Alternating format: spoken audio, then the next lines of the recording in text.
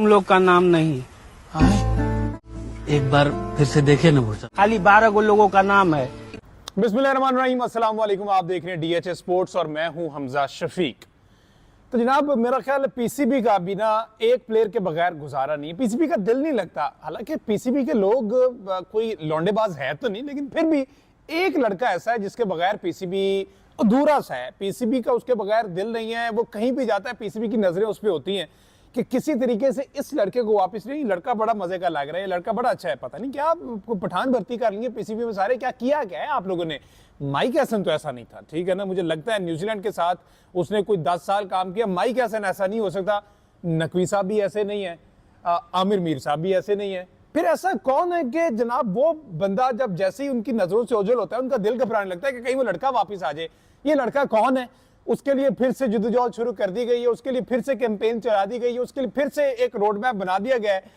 वो लड़का मैं आपको बताता हूं, थंबनेल में आपने देख लिया होगा जनाब, द किंग बाबर आजम।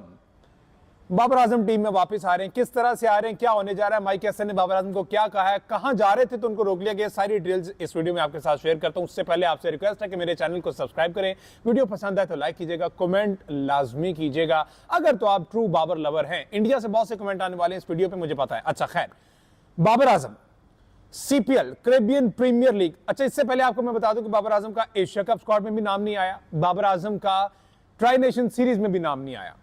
आपको पता है वेस्ट इंडीज ओडीआई सीरीज शुरू होने से पहले बाबर आजम से यह कहा गया, फखर जमान जब बाहर हुआ तो उसको यह कहा गया कि अगर आप इस ओडीआई सीरीज में परफॉर्म करेंगे, स्टेप बाय स्टेप चलेंगे, ठीक है ना, अगर आपने परफॉर्म किया तो आपको ट्राई नेशन सीरीज के लिए हम कंसीडर करेंगे।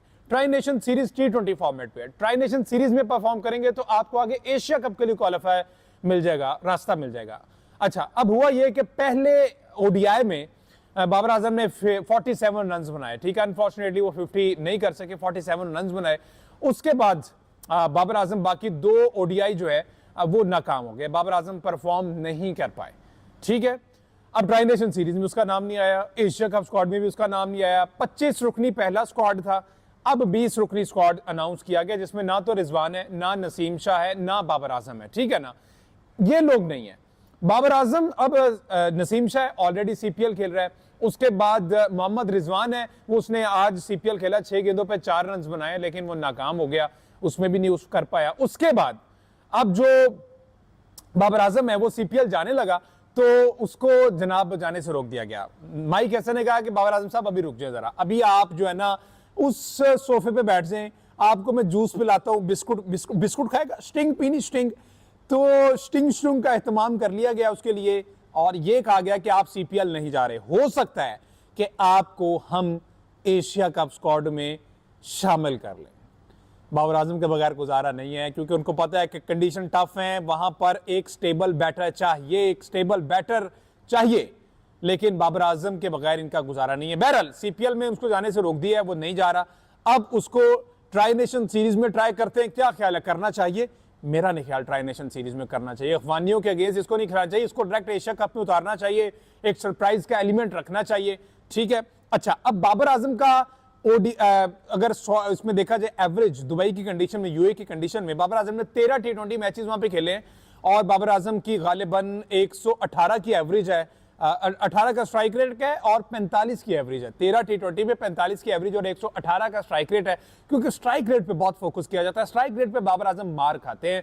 बहरहाल यूए की कंडीशन में ये आपको पता है फखर जमान का स्ट्राइक रेट बाबर आजम से कम है अगर T20 फॉर्मेट में देखा जाए तो, ठीक है। फखर जमान को आप कहते हैं ये अग्रेसिव बैटर है, बाबर आजम को कहते हैं ये टुक बैटर है, तो इसका स्ट्राइक रेट उससे ज्यादा। लेकिन आपकी जो अप्रोच होती है ना, आप जिस तरह से इंटेंट शो करते हैं ना, वो ये सारी चीजें मैनेज करने में कामयाब। फखर जमान इंटेंट और अप्रोच के साथ जाता है तो फखर जमान ग्रेट हिटर है, सिक्सर, उसको मशीन कहा जाता है। बाबर आजम का स्ट्राइक रेट ज्यादा भी है, लेकिन इसके बावजूद बाबर आजम को कहा जाता है कि जनाब टुक है, स्लो प्लेयर है, इनिंग्स बिल्ड नहीं करता और ये टीम को नीचे लगवा देता है। बहरहाल अब पीसीबी इंतजामिया ने कह दिया कि बाबर भाई रुक जाएं, अब आपका टाइम आ गया है। वो कहते हैं अपना टाइम आएगा। बॉब्जी द किंग का इनके बगैर गुजारा और उनका इनके बगैर गुजारा नहीं है, तो बॉब्जी को दोबारा से एशिया कप स्क्वाड में जो है वो वापस लाने की पूरी तैयारी कर ली गई है, क्योंकि हो सकता है कि फखर जमान जो है वो फुल एंड फाइनल उनकी जो इंजरी है उससे रिकवरी नहीं हुई, वो 100% इंजरी से रिकवर नहीं हो पाए, तो इस वजह से बाबर आजम को उस पोजीशन में लाया जा रहा है। अपनी जो राय है उससे कमेंट में ज़रूर बताइएगा और मेरी वीडियो को लाइक कीजिएगा, शेयर कीजिएगा। अल्लाह हाफ़िज़।